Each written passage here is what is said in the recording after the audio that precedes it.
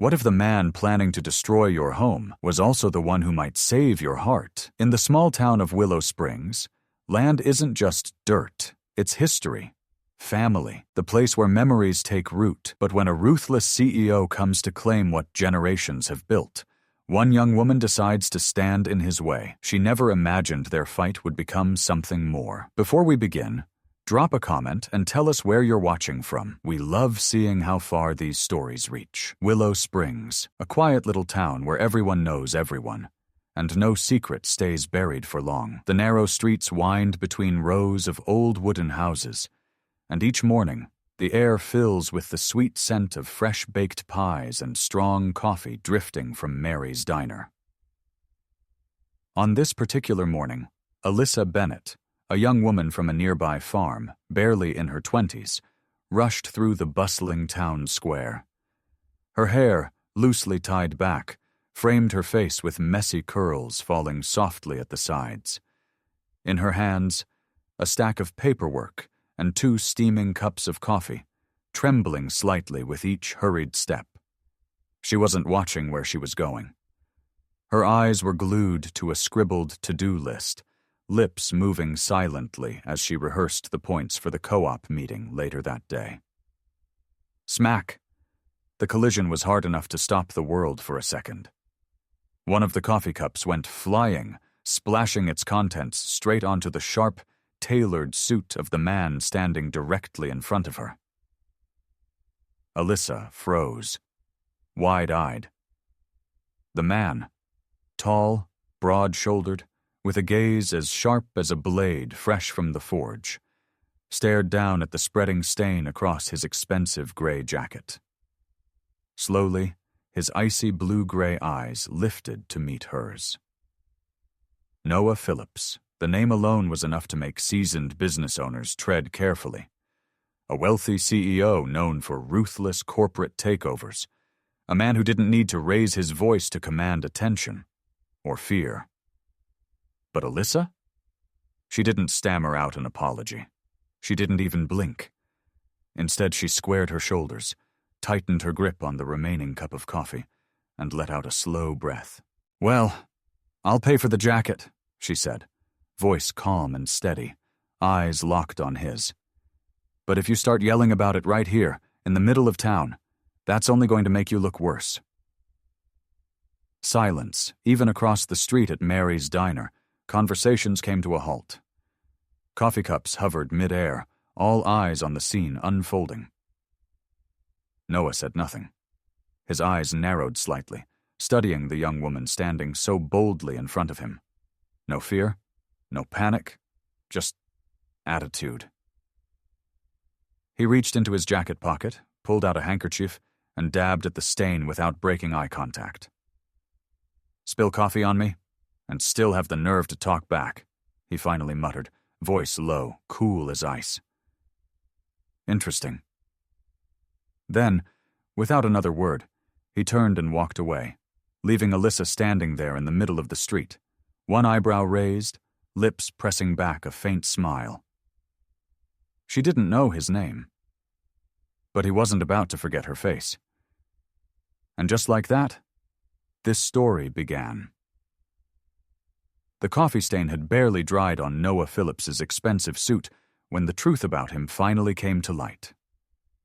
In Willow Springs, news travels fast, sometimes faster than the wind that runs through the fields.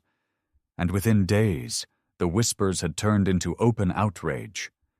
It wasn't just some distant corporation threatening their land. It was him, the sharp-dressed outsider, the man with ice in his eyes who had shown up in town like he owned the place. Noah Phillips, CEO of Phillips Enterprises. The very name stamped across the top of every letter posted to the landowners, warning them of the pending sale, the redevelopment plans, the end of everything they knew. And for Alyssa Bennett, that name landed like a punch to the chest. The Bennett family farm wasn't just a piece of property.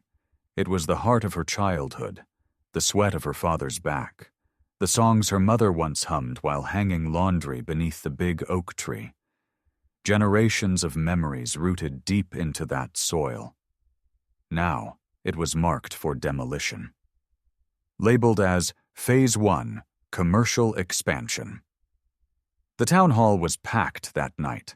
Rows of folding chairs filled with ranchers, shop owners, families who had lived on this land for decades. Faces flushed with anger, fear, and helpless frustration. Noah stood at the front of the room, flanked by sleek corporate attorneys and a projection screen glowing with architectural renderings, glass towers, parking lots. Progress, they called it.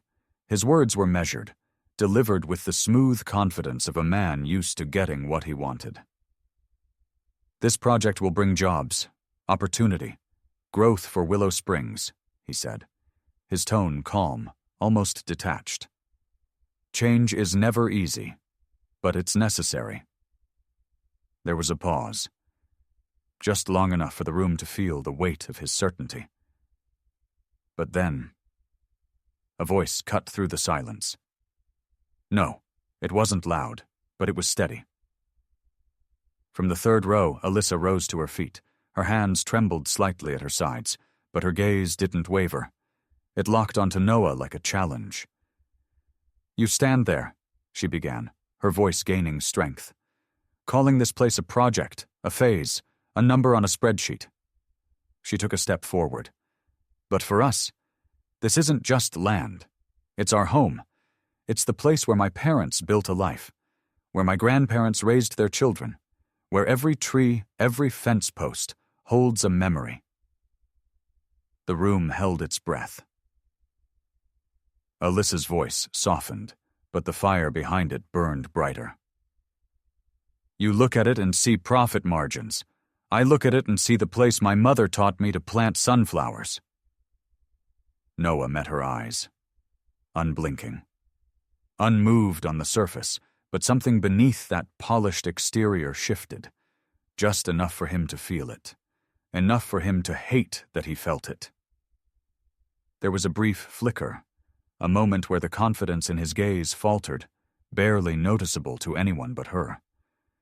But instead of softening, Noah straightened his shoulders.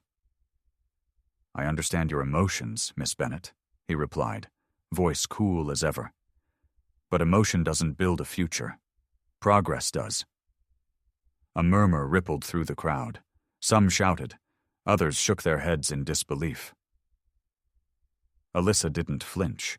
She stood there, her chin raised, eyes locked on the man who had just declared war on everything she loved. And in that moment, the line between their two worlds couldn't have been clearer. He was a man of numbers. She was a woman of roots, and neither one of them had any intention of backing down. Even in a town as small as Willow Springs, it's easy to miss the quiet ones, the people who stand just outside the spotlight, the ones who carry their love softly, so softly it almost goes unseen. Almost. Richard Hayes had known Alyssa Bennett for as long as he could remember. They'd climbed the same apple trees as kids, skipped stones across the same lazy creek, raced barefoot through the sunflower fields behind the Bennett farm. And through all those years, Richard had never told her, never said out loud how his heart always caught when she smiled, how the sound of her laugh could break through even his darkest days. Because some feelings, they're too deep for words, so instead, Richard stayed close. As a friend, always nearby, always ready, and maybe, somewhere in the quiet corners of his hope, he thought that would be enough. But now, watching from the edge of the town square, seeing Alyssa and Noah Phillips speaking just a little too long, standing just a little too close, Richard felt the ground shifting beneath him. Noah, polished, sharp, dangerous, a man who could ruin this town with the stroke of a pen, a man whose world was built on deals and power plays. Richard clenched his jaw, his hands deep in the pockets of his worn denim jacket, eyes never leaving the two of them. It wasn't jealousy, exactly. It was fear. fear that Alyssa was about to hand her heart to the very person who could crush it without even noticing. The sun hung low that evening, casting a golden haze over the fields. Alyssa had just finished tending the garden behind the old barn, wiping dirt from her palms as she leaned against the wooden fence. She didn't hear Richard approach.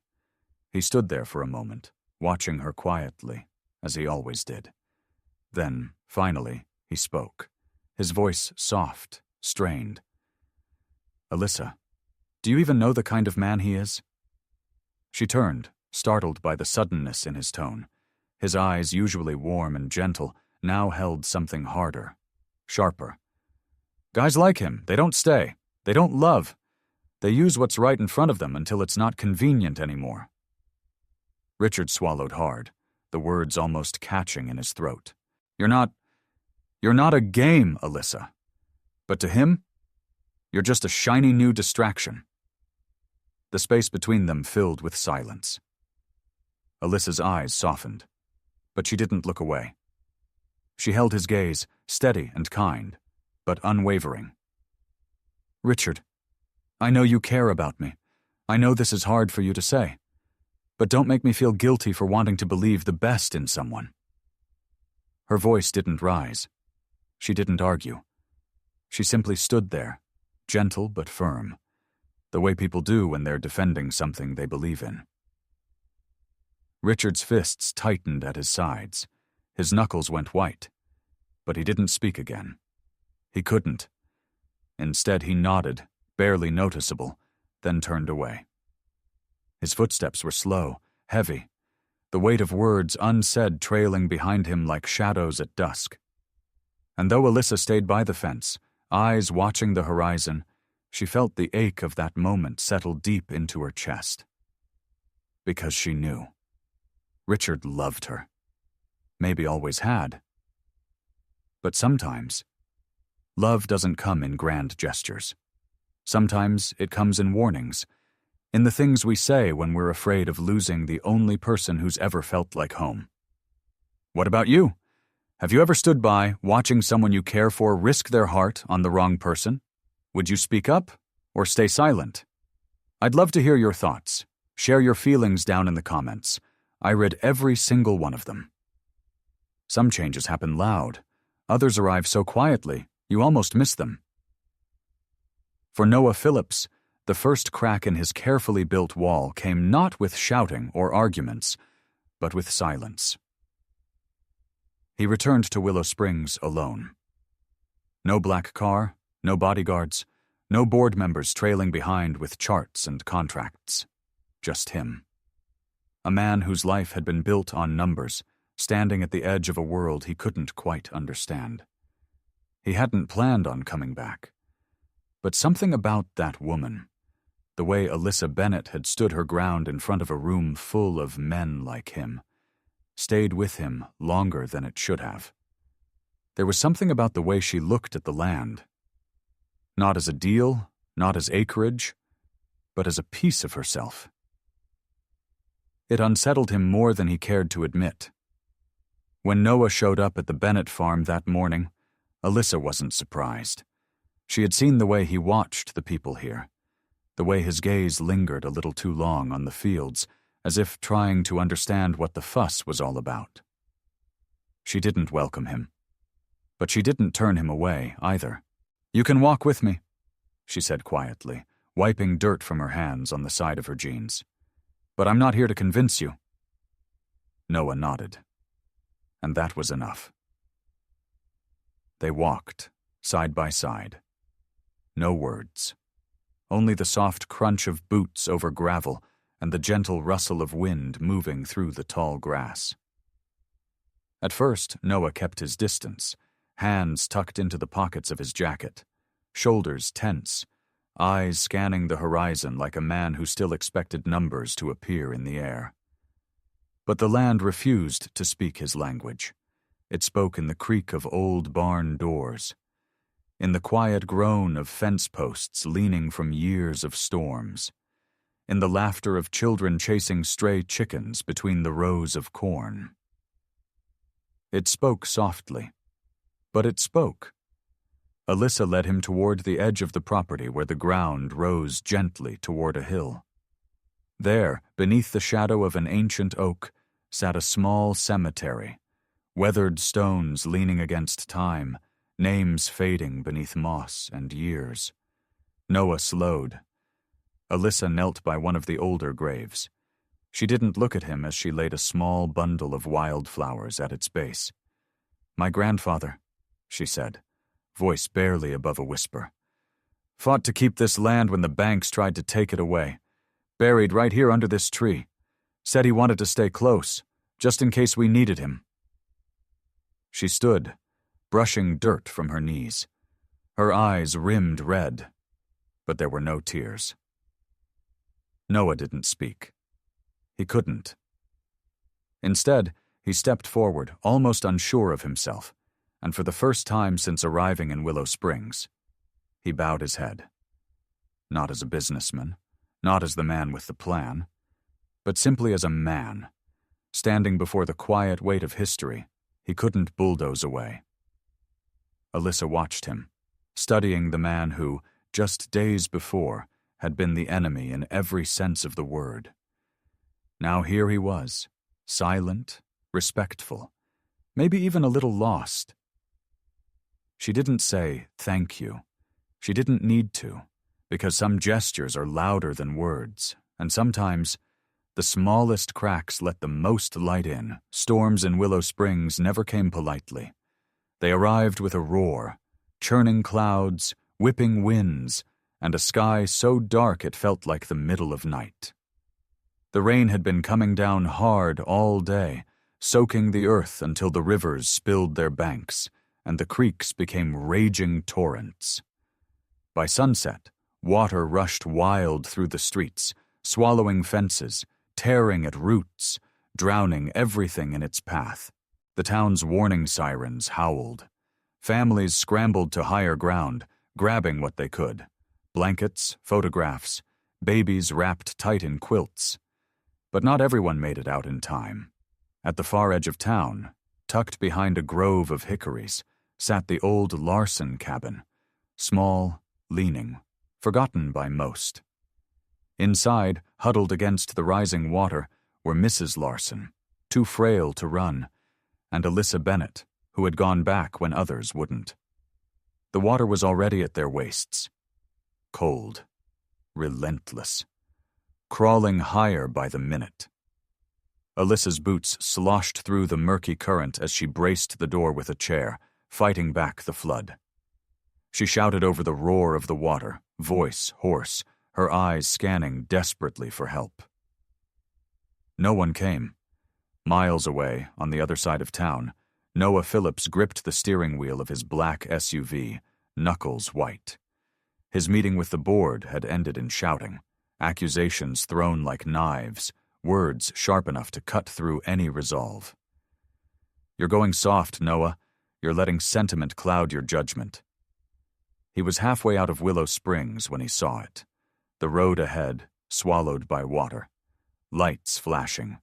A child's yellow rain boot drifting alone through the flood. Noah slammed the brakes. His heart dropped into his stomach.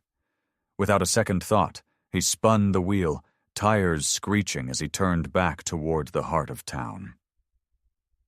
The Larson place was already half submerged when Noah reached it.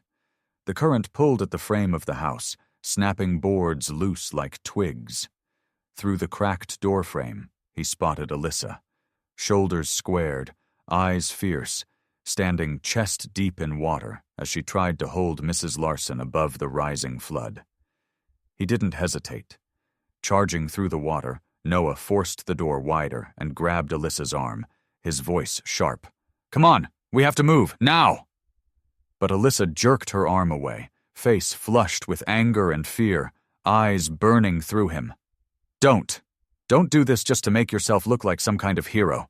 You don't get to buy your way out of this, Noah. Not with me." Her words sliced harder than the rain. For a moment, he froze. The insult landed clean. His lips parted, but no defense came. Instead, Noah's gaze shifted, past Alyssa to the window, where the water outside surged higher and higher. There, caught in the current, barely clinging to a piece of fence, was a small child. Alone, helpless, about to be swallowed whole. Noah didn't say a word. He turned, waded into the torrent, and without looking back, threw himself into the water. The current was vicious. It clawed at him, slammed him against debris, but Noah fought his way forward, arms burning, lungs screaming for air. He reached the boy just as the child's fingers began to slip from the fence. Noah's hands locked around the boy's waist, holding tight as he kicked against the current, dragging them both toward safety. Alyssa watched from the cabin door, frozen in place. Her chest rose and fell in quick, shallow breaths, the anger still hot on her tongue, but fading fast beneath the weight of what she was seeing. Because in that moment there were no board meetings, no contracts, no plans for land development. There was just a man who could have left, who was leaving, but chose to stay, chose to fight, chose to risk his life for people he didn't owe a thing. When Noah finally stumbled back onto solid ground, drenched, blood at his brow, the boy still safe in his arms. He didn't look for thanks. He didn't say a word. He just stood there, quiet, steady, holding that child close until the sobs gave way to sleep. Alyssa's throat tightened. Her words stuck somewhere between regret and heartbreak. She had been wrong, so wrong, because Noah hadn't done this to prove anything. He hadn't done it to make a show. He had done it because beneath all that steel and stone, there was still a heart that knew what was right. And for the first time, Alyssa saw him. Not the CEO, not the outsider, not the enemy, just a man. If that moment made your heart stop for just a second, you're not alone. Sometimes, the quietest acts of courage speak the loudest. If you believe goodness still matters, even when no one is watching, give this video a like. It helps more than you know. There's a certain sound to a room full of people who believe they're better than you. It isn't loud. It's the soft clink of champagne glasses, the perfectly timed laughter, the hushed whispers just sharp enough to be heard. And on this night, under the grand crystal chandeliers of the Willow Springs annual charity gala, that sound filled every corner of the room. The venue was nothing short of breathtaking. High ceilings arched overhead like the ribs of a cathedral. Gold accents shimmered against deep navy walls. Waiters glided through the crowd in flawless black and white, offering silver trays of hors d'oeuvres no one could pronounce. It was a world Alyssa Bennett had never stepped into before. Her simple dress, a soft blue borrowed from a neighbor, was no match for the couture gowns that swept the floor around her. Her hair, pulled back with care but without the gloss of a professional stylist, felt too plain beneath the weight of so many polished glances. Still, she held her head high as she walked into the room at Noah Phillips's side. But not even courage could shield her from what came next. Veronica Langston always knew how to make an entrance. Red silk, diamond earrings like daggers, a smile as sharp as her tongue. She didn't need to raise her voice to command attention. She had the room long before she crossed it. The heels of her shoes clicked steadily across the marble floor as she approached the couple, her gaze sliding over Alyssa with slow, deliberate cruelty. "Well," Veronica purred, the corners of her lips curving upward, "it does take a certain kind of bravery to show up here. In that." Her words dripped with sugar, but the venom was unmistakable. The ripple of soft laughter, the sideways glances, the raised brows, they followed her words like obedient dogs. Alyssa stood still. She didn't respond, didn't lash out. Her hands clenched tightly around the small clutch bag at her side, knuckles whitening beneath the pressure. But the sting landed. Hard. Her breath caught in her throat. She could feel the weight of every eye in the room, judging her, measuring her, deciding she didn't belong, The flush rose up her neck, hot and bitter, and for a moment she turned, ready to walk away. Quiet. Dignified. But then he spoke. Noah Phillips stepped forward, his hand finding Alyssa's before she could take that first step. His grip was steady, unshaken.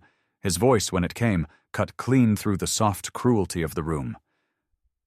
"If she doesn't belong in this world," he said, his eyes locking onto Veronica's without a flicker of hesitation, "then maybe this world is what needs to change." The words fell heavy. Final. The room froze. The music faded into the background as every conversation ceased. Glasses hovered mid-air. Heads turned. Even the waiters paused. Veronica's smile faltered. Just slightly, but enough. She opened her mouth as if to retort, but no words came. Because there, in the center of the room, with every eye watching, Noah didn't waver. He turned fully toward Alyssa now, his voice lower but clear enough for all to hear. "She is the person I choose, not just tonight. Always." It wasn't loud. It didn't need to be. The truth in his words echoed louder than any insult that had come before. Alyssa's eyes welled, but she held back the tears. She stood a little straighter, chin lifted, not because she was trying to prove herself, but because she no longer needed to. Noah's hand remained in hers, firm, unshaken, as the quiet returned to the room. Not a soul dared to speak, and in that silence, something shifted. The crowd, once so quick to judge, now stood witness to a choice not often made in their world. A choice of heart over status, integrity over appearance, a choice that spoke louder than privilege ever could. Have you ever stood in a room where you felt like you didn't belong? Where every glance told you to walk away, but someone stood beside you anyway?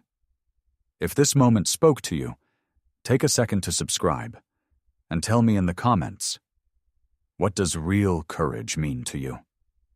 The boardroom of Phillips Enterprises was built for control. Every detail of the space sent a message. The long mahogany table, polished to a mirror's sheen, the high-backed leather chairs circling it like sentinels, the floor-to-ceiling windows framing a skyline that seemed to bow to the empire this company had created. It was a room designed to make decisions feel inevitable. And on this morning, the decision at hand was clear. Ruthless. Final. The screen at the front of the room displayed the words, "Willow Springs Redevelopment, Final Vote."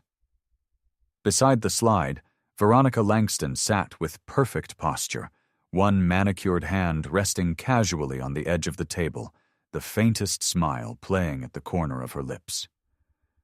Around her, the other board members leaned in, some bored, some eager, all prepared to crush the small town that stood in the way of their next quarter's profits. At the head of the table, Noah Phillips sat still, composed, but his eyes, those sharp, calculating eyes, held none of the easy confidence that had once come so naturally to him. Today they burned with something else. Veronica spoke first, her voice smooth, measured, just loud enough to command the room without raising it. "The numbers are solid. The investors are ready. The land is there for the taking. We all know what needs to happen." Several nods followed. A few murmurs of agreement. Papers shuffled. Then she turned her gaze toward Noah, polite but pointed. "Noah, unless you have something new to say, I suggest we move to a vote." The air grew heavier, the weight of expectation pressing in from all sides. Noah's hands folded neatly on the table in front of him, his shoulders squared beneath the weight of their stares. But he didn't flinch. Instead, he leaned back slightly in his chair, calm, deliberate, and let the silence hold for just a moment longer than was comfortable. Then, his voice broke the quiet. "I do have something to say." The room stilled. Noah's eyes moved from face to face, not rushing, not avoiding. Every number we've crunched, every projection we've run, all of it tells us this project is a win. But none of those numbers account for what we'd lose. A soft rustle echoed as one of the older board members shifted uneasily in his seat. Noah's tone didn't rise. If anything, it softened. But the clarity in his words cut through the room like a blade. This isn't just about acres of land. It's about people, families, a community that stood for generations, and we are about to tear it down because we think we can. He let the words settle. No one moved. I won't be part of that. His gaze met Veronica's, steady and unyielding. If keeping my seat at this table means I have to sell off my conscience piece by piece, then consider this my resignation. A gasp somewhere at the far end of the room. Veronica's eyes narrowed. You'd give up everything? Walk away from the company your father built over sentiment? Noah didn't blink. No, I'd walk away to keep the part of me my father respected most. The room fell into stunned silence. Someone coughed nervously. A pen tapped faintly against the table. For a moment, it seemed the vote would proceed without him, that his stand would end exactly as expected, with his name erased from the company's leadership. But then, something shifted. One of the senior board members, gray hair, tired eyes, but with a history long enough to remember how this company was first built, slowly pushed his ballot paper aside. I change my vote, he said quietly. I stand with Noah. A murmur rolled through the room. Another hand followed, then another. And just like that, the power shifted. The vote tipped. The project died, and Noah Phillips, against every prediction, kept his place at the table. Not because he'd played the game better, but because for the first time, he refused to play it at all. As the meeting adjourned, the boardroom emptied in a slow, uneasy shuffle. Veronica lingered a moment, longer, her smile now brittle at the edges, but she said nothing. Noah remained seated, alone at the head of the table, the city skyline still shining outside the window behind him. But for the first time in a very long time, he felt like the man his father had once hoped he'd become. And somewhere, far from the glass and steel of this boardroom, he knew Alyssa Bennett would hear about this. Maybe that was the only vote that truly mattered. Sometimes standing up for what's right means standing alone. Have you ever faced a moment where you had to choose between success and your soul? If this story touched you, consider subscribing. And tell me in the comments, what would you have done in Noah's place? Spring had always arrived quietly in Willow Springs, the kind of season that didn't need to announce itself, just the slow bloom of wildflowers along the fence lines, the soft sway of tall grass in the afternoon breeze, and the air thick with the sweet smell of earth waking up again. But tonight was different. The town square was alive, glowing beneath strands of fairy lights strung between the old oak trees. Lanterns swayed gently overhead, casting golden halos onto the smiling faces below. Tables were dressed with gingham cloths, lined with homemade pies and pitchers of lemonade. Children darted between the rows, chasing each other beneath the soft shimmer of lights. It was the Spring Festival, the heartbeat of Willow Springs, a celebration of the land, the people, and the promise of what comes next. Alyssa Bennett stood near the edge of the square, watching the crowd with quiet joy. She wore a simple white dress, hair loosely gathered at the nape of her neck, a few strands catching the breeze. There was a calm about her now, a peace hard won, stitched together through heartbreak, loss, and hard choices. She hadn't noticed Noah Phillips yet, but he was there, standing just beyond the circle of light, watching her with a softness in his eyes that no one in the corporate world had ever seen. Not because he planned it, but because somewhere along the way, without realizing, he had become a part of this place, and it had become a part of him. Noah wasn't wearing a suit tonight, just a rolled-up white shirt, sleeves pushed back, the crispness of city life traded for the ease of small-town air. When he stepped forward, Alyssa felt him before she saw him. There was no fanfare, no announcement, just the quiet certainty of his presence beside her.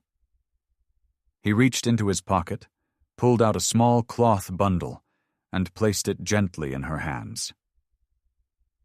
She looked down, puzzled at first, unwrapped it carefully. Inside, a single acorn. "It's a white oak," Noah said softly, his voice steady but full of meaning. "Strong roots, grows slow but lasts lifetimes." Alyssa's fingers closed around the tiny seed, holding it as if it were something precious. "I don't have a ring," Noah continued, eyes never leaving hers. "Not tonight, because this felt more honest." He took a slow breath, grounding himself. "I can't promise to be perfect, Alyssa, but I can promise to stay, with you.